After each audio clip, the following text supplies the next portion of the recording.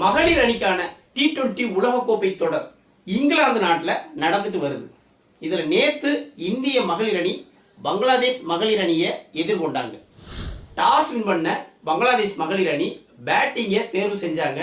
136 ரன்களை பங்களாதேஷ் மகளிர் அணி அடித்தாங்க. இதில் பங்களாதேஷை ஒரு 70-80 ரன்னுக்குள்ள ஈஸியாக இந்தியா சுருட்டி இருக்கலாம். ஆனால் அதை செய்ய தவறிட்டாங்க. காரணம் என்ன அப்படின்னா, ஆரம்பத்திலேயே நிறைய கேட்ச் வாய்ப்புகளை கோட்டை விட்டாங்க. அதுலேயும் 4 பந்தில் 3 கேட்சை தொடர்ச்சியாக விட்டாங்க. அதுவும் கேட்செல்லாம் ஈஸியாக கையிலே வந்து விழுகிற கேட்சை வந்து மிஸ் பண்ணாங்க. அதனால தான் பங்களாதேஷ் 136 ரன்களை அடிக்க முடிஞ்சது. முக்கியமான போட்டிகளில் இந்த மாதிரி கேட்ச் வாய்ப்புகளை விட்டாங்க அப்படின்னா தொடர்ல இருந்து வெளியேறக்கூடிய ஒரு துர்பாக்கிய நிலை இந்திய மகளிர் அணிக்கு ஏற்பட்டுரும். அதனால ஃபீல்டிங் மற்றும் கேட்ச் வாய்ப்புகளில் இந்திய மகளிர் அணி கவனமாக செயல்படணும். 137 அடிச்சா வெற்றி பெறலாம் அப்படின்னு இந்திய மகளிர் அணி இறங்கினாங்க. ஆரம்பத்திலேயே ஸ்மிருதி மந்தனா 8 ரன்களில் அவுட் ஆகி போக, மற்றொரு பக்கம் சபாலி வர்மா சும்மா அதிரடி காட்டினாங்க. சரவெடியா வெடிச்சாங்க அப்படின்னு தான் சொல்லணும். 29 பந்தில் 50 போட்டாங்க. ரன் ஸ்கோர் வந்து ஏறிக்கிட்டே போயிட்டே இருந்துச்சு. ஓவருக்கு 10 ரன் குறையாம அடிச்சுக்கிட்டே வந்தாங்க. 6 ஓவருக்கு 60 ரன், 7 ஓவருக்கு 70 ரன் அப்படின்னு சொல்லி செம்மையா போச்சு. சரி, 10-12 ஓவர்கள்லயே ஈஸியா ஜெயிச்சு நல்ல ரன் ரேட்டை பூம் பண்ணிடுவாங்க அப்படின்னு சொல்லி நம்ம நினைச்சோம். 10 ஓவருக்கு 90 ரன்கள் அடிச்சிருந்தாங்க. 2 விக்கெட்டுகளை மட்டும்தான் இழந்துடுறாங்க. அந்த நேரத்தில் சபாலி வர்மா 53 ரன்கள் அடிச்சுட்டு அவுட் ஆகி போறாங்க. சபாலி வர்மா அவுட் ஆகி போனதும் மேட்ச் அப்படியே மாறுது.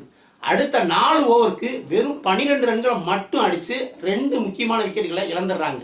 ரிச்சா கோஸும் கேப்டன் ஹர்மன்பிரீத் கவுரும் அடுத்தடுத்து அவுட் ஆக ஒரு பின்னடைவு ஏற்படுது. ஆனாலும் அடுத்து இறங்கின ஜெமிமா ரோட்ரிக்ஸ் ஒரு அதிரடி கேமியை கொடுக்க 13 பந்துக்கு 28 ரன்களை அதிரடியா ஆட 16.5 ஓவர்களில் 139 ரன்கள் அடிச்சு இந்தியா வெற்றி பெற்றுட்டாங்க. இந்தியா பங்களாதேஷை வீழ்த்தினதுனால 6 புள்ளிகள் எடுத்து பாயிண்ட் டேபிள்ல 2வது இடத்தை பிடிச்சிருக்கிறாங்க. நல்ல ரன் ரேட்ல பிடிச்சிருக்கிறாங்க. இப்ப அடுத்த சுற்றுக்கான வாய்ப்பு, அரையிறுதிக்கான வாய்ப்பு இந்தியாவுக்கு எப்படி இருக்கு அப்படின்னு பார்த்தா, இந்த குரூப்ல முதல் 2 அணிகள் தான் அடுத்த சுற்றுக்கு தகுதி பெற முடியும். ஆஸ்திரேலியா எல்லா போட்டியும் ஜெயிச்சதுனால கன்ஃபார்மா ஆஸ்திரேலியா அடுத்த சுற்றுக்கு தகுதி பெற்றுவான். இப்ப 2வது இடத்துக்கு தான் போட்டியா இருக்குது. 2வது இடத்துல இந்திய மகளிர் அணியா சவுத் ஆப்பிரிக்கா மகளிர் அணியா அப்படிங்கிற ஒரு போட்டி இருக்குது. சவுத் ஆப்பிரிக்கா பொறுத்த வரைக்கும் ஆஸ்திரேலியாட்ட தோத்தாலும் இந்தியாவை அவங்க ஜெயிச்சிட்டாங்க. அதனால அவங்களுக்கான வாய்ப்புகள் அதிகமா இருக்குது. ஏன்னா மற்ற டீம் எல்லாத்துட்டையுமே இந்தியாவும் ஜெயிச்சிருவான், சவுத் ஆப்பிரிக்காவும் ஜெயிச்சிருவாங்க, எக்ஸப்ட் ஆஸ்திரேலியா.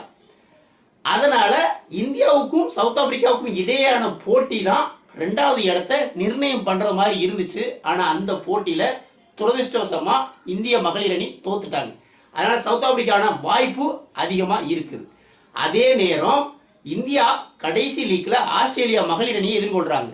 ஆஸ்திரேலியாவை அடிச்சிட்டாங்க அப்படின்னா ஆட்டோமேட்டிக்கா ரன் ரேட் அடிப்படையில உள்ள போயிருவாங்க. இதற்கிடையில சவுத் ஆப்பிரிக்கா வேற ஏதாவது ஒரு டீம்கிட்ட தோத்தாலும் இந்தியாவுக்கான வாய்ப்பு பிரகாசமா இருக்கு அப்படின்னு சொல்லலாம். எப்படி இருந்தாலும் கடைசி லீக் போட்டியில ஆஸ்திரேலியாவை, பலமிக்க ஆஸ்திரேலியாவை இந்தியா அடிச்சா அசால்ட்டா உள்ள போயிடலாம். ஆஸ்திரேலியாட்ட தோத்தா கொஞ்சம் சிரமம் தான். ஒரே ஒரு ஆறுதல், சவுத் ஆப்பிரிக்காவோட இந்திய மகளிர் அணி நல்ல ரன் ரேட்ல இருக்கிறாங்க.